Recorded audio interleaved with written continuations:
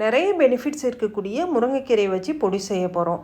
So இதில் சாதம், இட்லி, தோசை கூட தொட்டு சாப்பிட்டுக்கலாம்.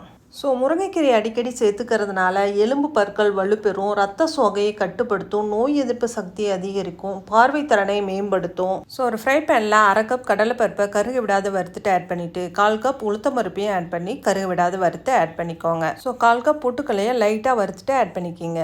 1 டீஸ்பூன் ஜீரகம், 1/2 டீஸ்பூன் மிளகு இதையும் வறுத்து ஆட் பண்ணிக்கிங்க. ஸோ 7 வரமிளகாய், 3 காஷ்மீர் ரெட் சில்லி ஆட் பண்ணி இதையும் வறுத்துட்டு ஆட் பண்ணிக்கிங்க.